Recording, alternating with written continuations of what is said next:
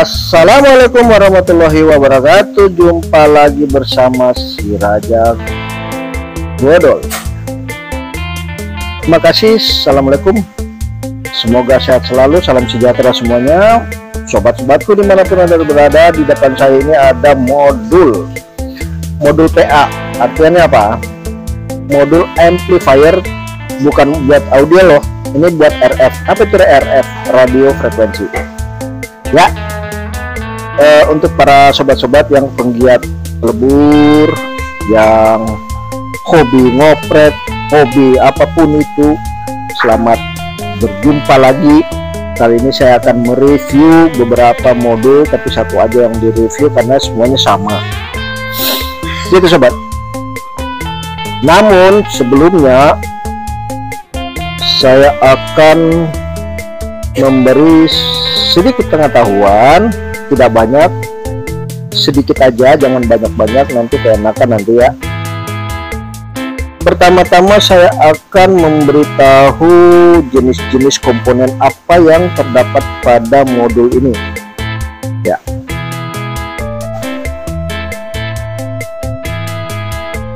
Sobatku di rumah, perlu Anda ketahui sobat, saya ini satu-satu ya, agar semua juga bisa mengerti komponen apa sih dan apa yang terkandung di dalamnya. Ini resistor. Seperti resistor ini, jika kategori avionik atau aircraft atau militer atau perangkat marine, kebanyakan yang memiliki komponen yang high grade. Seperti ini karbon, jenis karbon resistor, dan kadang dia dilapisi, setiap kutubnya ini ada lapisan perak atau emas. Terlebih jika dia memakai yang seperti Allen Bradley ya. Nah ini modul PA, power amplifier buat radio frekuensi. Ini bekas radio ya, radio tempur lah. Rakal ya, radio frekuensi power amplifier. Dan sobatku, ini kapasitor. Ini yang merah-merah ini kapasitor. Dan ada salah satu yang saya akan buka rahasia. Sebenarnya sih bukan buka rahasia, ini udah pernah saya buka, tapi banyak yang skeptis. Artinya apa? Nggak percaya kalau itu ada hal yang sangat berharga.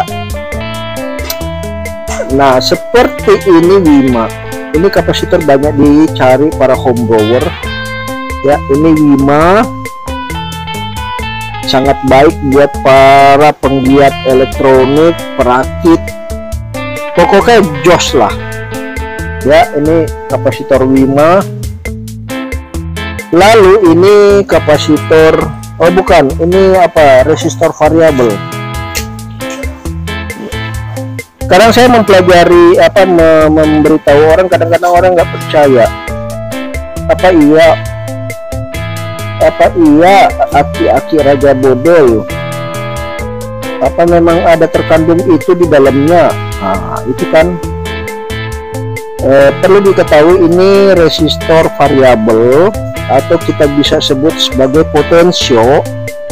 Dia memiliki kebanyakan, kalau yang model-model begini, dia memiliki kandungan kadang emas, kadang palladium ya. Jadi janganlah ini, karena saya sudah menguji beberapa dari variabel ini, yang model begini, ini namanya variabel multitune. Banyakan ini keluaran Allen Bradley ya, Allen Bradley kode AB. Ada juga yang merek-merek board punya Meksiko. Lalu sobat, apa yang bisa kita ini, terutama ini final ya, final begini, ini ada kandungan emas, so pasti ya. Nah terus ini kapasitor ini jenis MLCC pastinya ada palladium. Namun yang seperti Wima ini tidak ada, ini Mylar, tidak ada kandungan apa-apa ya. Dan ini resistor ini yang hitam ini, bukan resistor, ini kapasitor ini yang hitam ini. Saya belum pernah uji nih apa terkandung di dalamnya. Ini transistor, banyak dibilang transistor topi, ada yang bilang transistor rantang, pastinya ada emasnya. Dan ini yang sering ini MLCC nih, yang kecil begini nih ya, MLCC model big. Nah terus ini sobat, pernah saya urai yang mana elko sejenis ini itu bodinya perak dan pastinya mendekati murni. Tapi banyak yang tidak percaya. Jadi elko itu tak semuanya ada kandungan perak sobat. Tertentu kita harus lihat karakternya, perhatikan baik-baik warnanya. Jika orang sudah terbiasa dengan mengolah perak, pasti dia akan mengenali setiap jenis warna, karakter warna komponen, pasti dia akan sudah bisa bisa mengatakan yang mana ini perak. Jika yang sudah profesional pasti sudah tahulah. Nah, untuk perak elko ini sangat mudah, tidak usah kita rendam lagi, bersihkan, kita olah lapis bodinya ini, kita bersihkan dulu dalemannya dengan cara apa? Kita buka, ketuk jadi dua, kita gepengkan, lalu kita ambil dalemannya. Dalemannya ada banyak, kadang-kadang tantalum ya, itu pun masih ada nilainya. Lalu bodinya kita tinggal bakar, sangat mudah kita kalau olahnya ini. Bakar, bersihkan dengan PD atau timah hitam, udah beres deh. Mudah sekali itu, mudah banget. Nah, ini namanya ferrit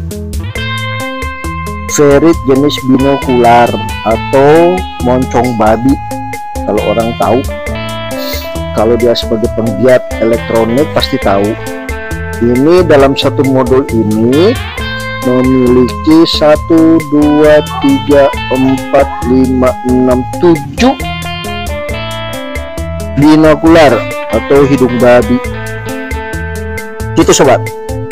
Dan nah ini lagi nih, saya kadang-kadang jelaskan suka skeptis teman-teman, tapi ya tak apalah. Ini sobat, perlu diketahui bahwa PCB atau modul ini dilapiskan, bukan dilapiskan ada kandungan palladium. Jadi caranya apa? Seandainya kita sudah botakin ini PCB nya, ya sudah tinggal kita rendam, airnya kita saring, kita berikan urea, setelahnya kita berikan HCl, siapa tahu ada peraknya. Setelahnya kita berikan, mau dia pakai, tapi sebelumnya kita netralkan dulu dengan urea, lalu kita berikan DMG atau KI, terserah ya. Untuk kelanjutannya terserah, yang jelas caranya ya seperti itu untuk mendapatkan palladium gitu ya. Jadi paham kan? Nanti ada lagi yang skeptis, apa iya benar ya tak selamanya PCB itu dilapisi. Ada beberapa PCB atau modul karakternya seperti ini pun belum tentu ada yang memiliki palladium. Namun untuk kategori avionik atau militer, kebanyakan dia terkandung palladium. Ini lapisan PCB nya ya, layoutnya gitu. Nah ini masukkan aja, jadi mau percaya apa tidak percaya silakan mencoba. Jika sudah dicoba baru bisa komentar. Oke, sampai di sini dulu ya sobat, itu aja deh, tidak panjang lebar. Terima kasih. Assalamualaikum warahmatullahi wabarakatuh. Ciao.